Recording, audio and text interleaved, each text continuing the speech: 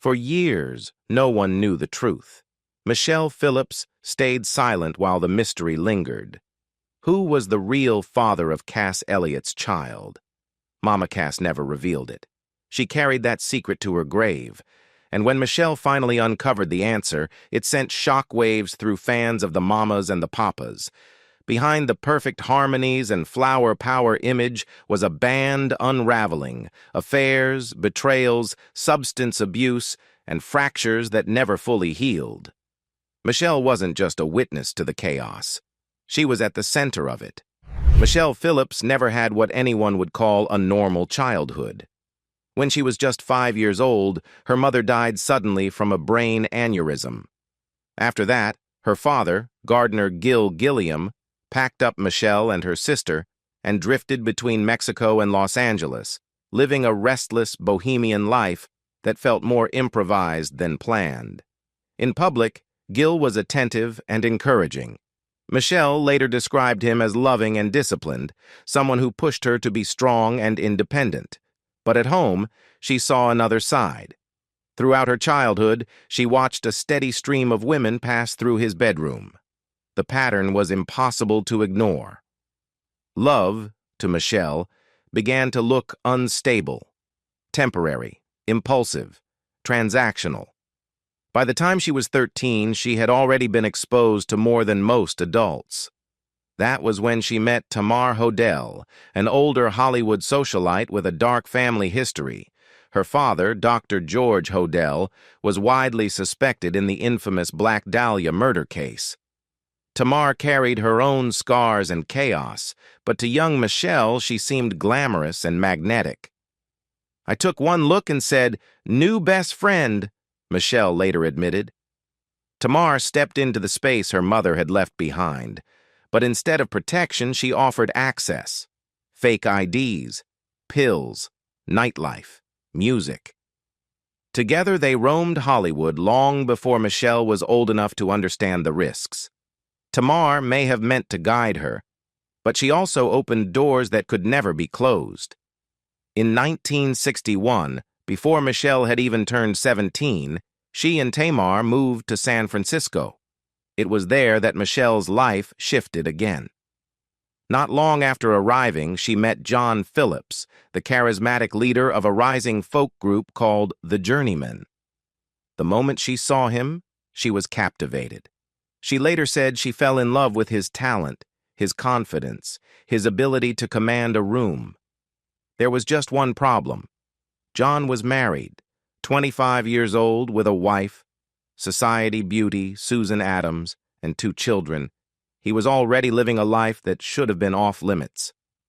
Michelle first noticed him standing in a phone booth at a bar, making what she called the call home. It should have been a warning. It wasn't.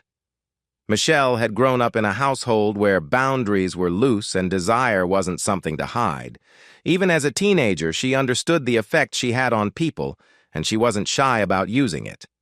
So when she caught John Phillips's eye, she didn't bother with secrecy.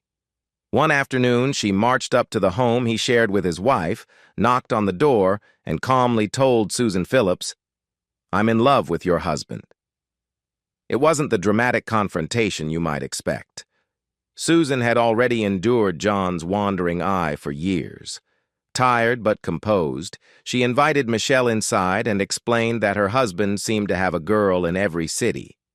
The soft-spoken flower child standing in her living room was just the latest. That much was true.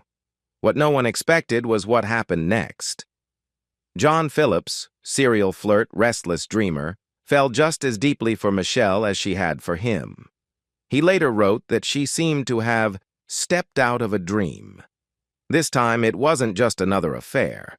By 1962, his marriage to Susan was over.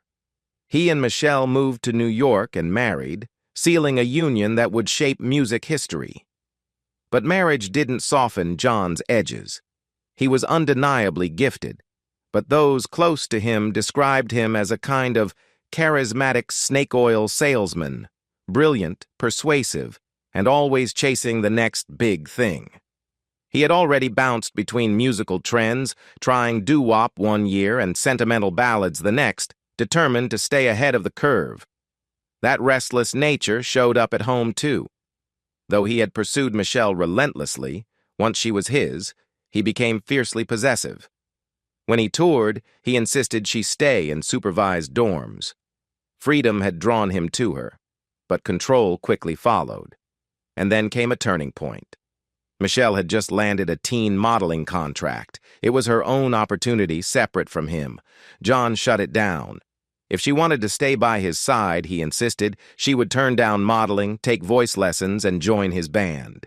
He didn't just want a wife, he wanted a partner in his vision. Michelle agreed.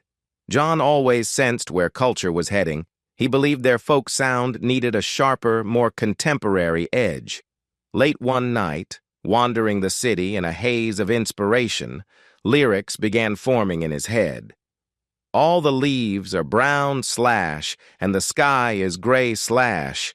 I've been for a walk on a winter's day. But the song wasn't finished. That morning, still buzzing with restless energy, he shook Michelle awake and pleaded, "Help me write this." Half asleep and irritated, she told him it could wait. He pushed back. "Help me now. You'll thank me someday." She got up, and together they finished what would become one of the most iconic songs of the decade. That day in their tiny room, Michelle's mind drifted to a recent visit she'd made to St. Patrick's Cathedral in New York. The memory slipped easily into the song. She added, almost instinctively, "Stopped into a church I passed along the way. Well, I got down on my knees and I pretend to pray." John, who had little patience for religion, reportedly disliked the line. But he left it in. And just like that, California Dreamin' was born, soon to become one of the defining songs of the 1960s. The band followed quickly behind the song. Around that time, John met Denny Doherty, a striking tenor with a delicate, almost poetic presence. Then came Cass Elliot, brilliant, bold, unforgettable. Her sister once described her as a fat girl with a 190 IQ, so witty she never made the same stage quip twice. Together, the four of them formed the Mamas and the Papas. But even before the group fully took off, the fault lines were already there. John's need to control Michelle didn't ease with success. If anything, it intensified. Yet Michelle didn't shrink under it. Instead, she pushed back. After one especially brutal argument, she stunned him. She simply got in the car and drove off, leaving John and a friend behind without a word. Then things escalated. During one of their ongoing battles, Michelle met Russ Titleman, her sister's new boyfriend. Despite the complications, they fell hard and fast. The irony was sharp. It wasn't John straying this time. It was Michelle. She began a full affair, turning the tables on her notoriously unfaithful husband. John was furious. He even phoned Titleman and issued a thinly veiled threat. "A different kind of guy would be waiting outside your door with a shotgun." The warning worked. Titleman ended it. Michelle eventually returned to John. But she didn't apologize. She felt no shame. She had grown up around infidelity. To her, desire wasn't a sin. It was a fact of life. Frustrated and wounded, John channeled it into music. He wrote "Go Where You Wanna Go," a thinly disguised message to her. 3,000 miles, that's how far you'll go. And you said to me, please don't follow. The problem was, this wasn't just a marriage unraveling anymore. It was a band built on fragile chemistry. And that chemistry was about to combust. In 1965, the Mamas and the Papas released California Dreamin', and almost overnight, everything changed. The single exploded. Soon they were on The Ed Sullivan Show, living the dream, fame, parties, endless applause. But behind the harmonies, the tension was constant. As producer Lou Adler later put it, there were so many soap operas.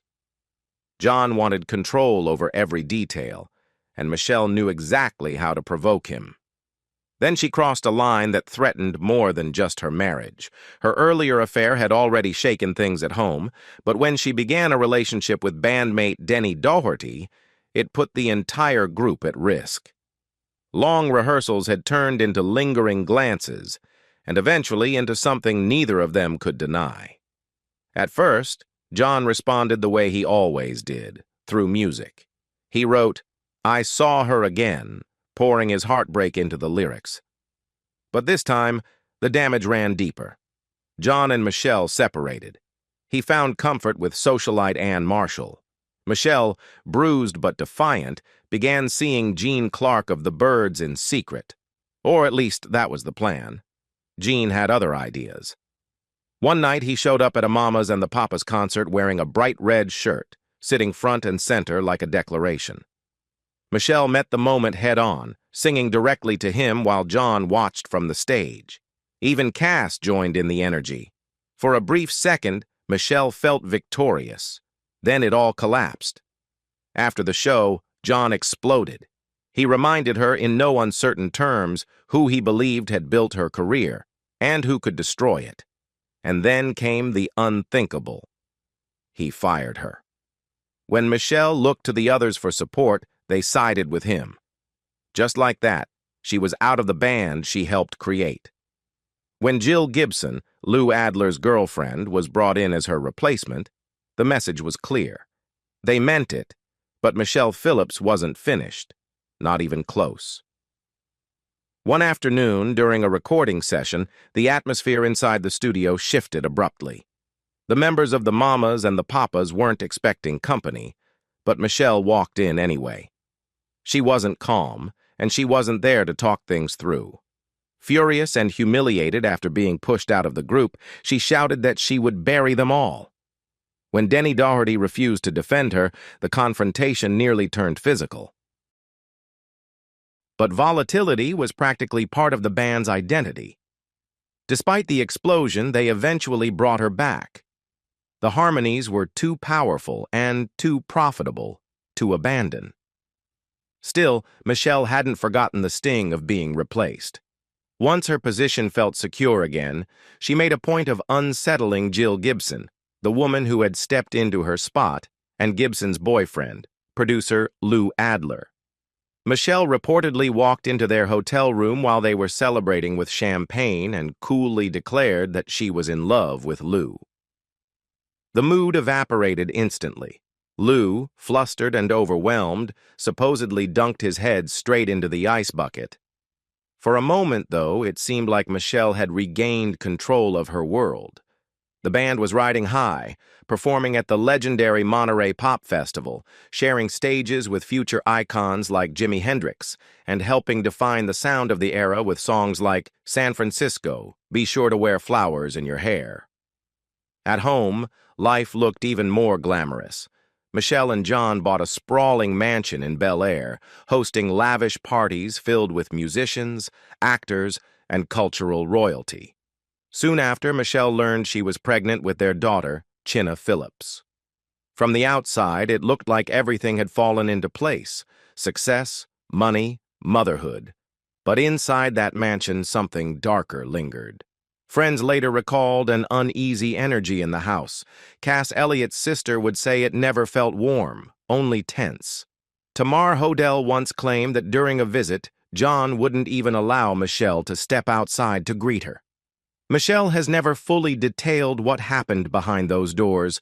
She has only admitted that there was at least one violent incident, serious enough to send her to the hospital. She has refused to say more. Eventually, the illusion of domestic bliss could no longer hold. By 1968, baby Chinna Phillips had just been born, but the tension inside the Phillips household had reached a breaking point. Michelle realized she couldn't keep living the way she had been. Leaving John wasn't just about freedom, it was survival. She later admitted that she had been his emotional center, the person he pulled inspiration, despair, and joy from. Once she walked away, she knew he would unravel, and unravel he did. John Phillips was already deep into heavy substance use, but after the divorce, his behavior spiraled. Though he quickly began a relationship with actress Genevieve Waite, their early days together were reportedly dominated by a search for Dilaudid. His excess became so visible that even Keith Richards once asked him to leave a party. Meanwhile, the band itself was falling apart. Cass Elliot wanted a solo career, and the sound of the late 60s was shifting. By 1969, the Mamas and the Papas were effectively finished. Michelle lost both her marriage and her group in the same breath. She turned to acting. She briefly dated a rising Jack Nicholson while auditioning, then landed the female lead in The Last Movie, directed by Dennis Hopper, fresh off Easy Rider. Hopper's chaotic reputation didn't scare her. It drew her in. She later described her attraction as a kind of Florence Nightingale instinct, wanting to rescue him. Instead, she stepped straight into more chaos. The Peru shoot of The Last Movie became infamous for excess, and Michelle fell deeply for Hopper in the middle of it. They married in late 1970 in a strange bohemian ceremony lit by candles in paper bags, with Hopper reading the service himself from the Gospel of St. Thomas. But it was the morning after that revealed what she had truly signed up for. Dennis Hopper was anything but sober on his wedding day. By some accounts, he was so out of it that when he woke up the next morning, he barely recognized the woman beside him. Not long after, things turned frightening. Hopper, known for his obsession with guns, reportedly fired weapons inside the house, terrifying Michelle and her young daughter, Chinna, and it didn't stop there. Friends later claimed Hopper tried to handcuff Michelle, insisting she was a witch. His paranoia bled into every corner of their life together. Behind closed doors, his behavior grew darker, his demands more disturbing. Michelle would never go into detail, only describing that short marriage as excruciating. She knew she had to leave, but it took her father to force the moment. He pulled her into his lawyer's office and told her plainly, "Men like that never change. File for divorce now." She did. The marriage lasted just 8 days. After surviving both John Phillips and Dennis Hopper, Michelle changed. She no longer played the ingenue caught in a rock star's orbit. Instead, she moved through Hollywood with a new detachment. She rekindled things briefly with Jack Nicholson, then drifted into a high-profile romance with Warren Beatty. She was no longer chasing chaos. She seemed to control it. Through it all, she stayed close to her former bandmate, Cass Elliot. Their daughters, Chinna and Owen, played together, growing up side by side. Michelle and Cass shared almost everything. Almost. There was one mystery Cass never revealed: the identity of Owen's father. Even Michelle didn't know. One summer afternoon in 1974, stretched out by a pool, Michelle finally gathered the courage to ask. Cass laughed it off and said, "I'll tell you when I get back from London." Cass left for that trip. She never came back. Cass Elliot hadn't been feeling well in the weeks leading up to her London shows, but you would never have known it from the stage. She delivered powerful performances night after night. After one of them, she called Michelle in tears, happy tears, over how beautifully it had all gone. It sounded like a new beginning. Less than 24 hours later, everything collapsed. The very next evening, 32-year-old Cass Elliot was found dead in her hotel room. Despite the cruel rumors that spread almost instantly, there were no drugs in her system. The official cause was heart failure. Still, for Michelle, the details probably didn't soften the blow. One day, her friend was laughing on the phone. The next, she was gone. Cass left a space in Michelle's life that never quite closed. In the years that followed, Michelle tried to build stability where she could. She entered new relationships, had another child, adopted one more, and even briefly married radio executive Robert Birch. But beyond her own family, she became a caretaker of sorts for others. As Cass's daughter Owen once said, Michelle turned into everyone's Mama Michelle. That instinct to protect, however, would land her in painful territory. In 1977, Michelle became convinced that her ex-husband, John Phillips, and his partner Genevieve were neglecting their young son, Tam. Determined to help, she persuaded them to let Tam live with her, hoping to give him a safer, steadier home. But the arrangement didn't last. John and Genevieve changed their minds, took Tam back, and fought Michelle in court. They won. For Michelle, it was another devastating loss, one that cut deeply and reshaped what she would choose to fight for next.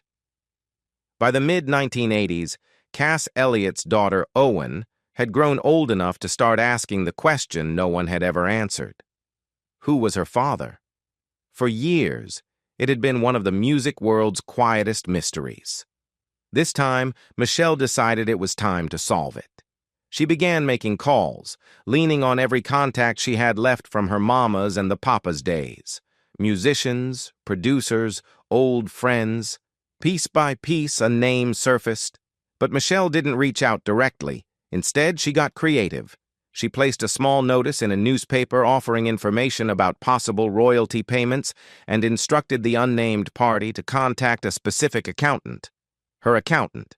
It was a careful setup, designed to draw him out without public drama. And it worked. Before long, the man connected the dots and made the call.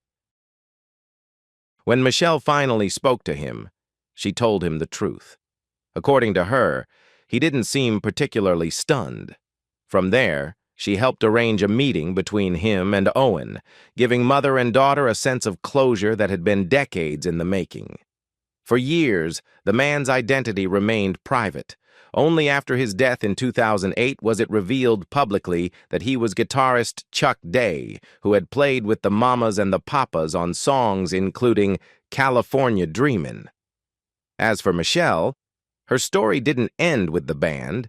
She continued performing over the years and carved out a second life as an actress, most memorably in the late 1980s on Knots Landing, where she played the calculating Ann Matheson Sumner. Now, in her 80s, she remains the last surviving member of the group, still sharp, still composed, and still carrying the stories no one else can tell.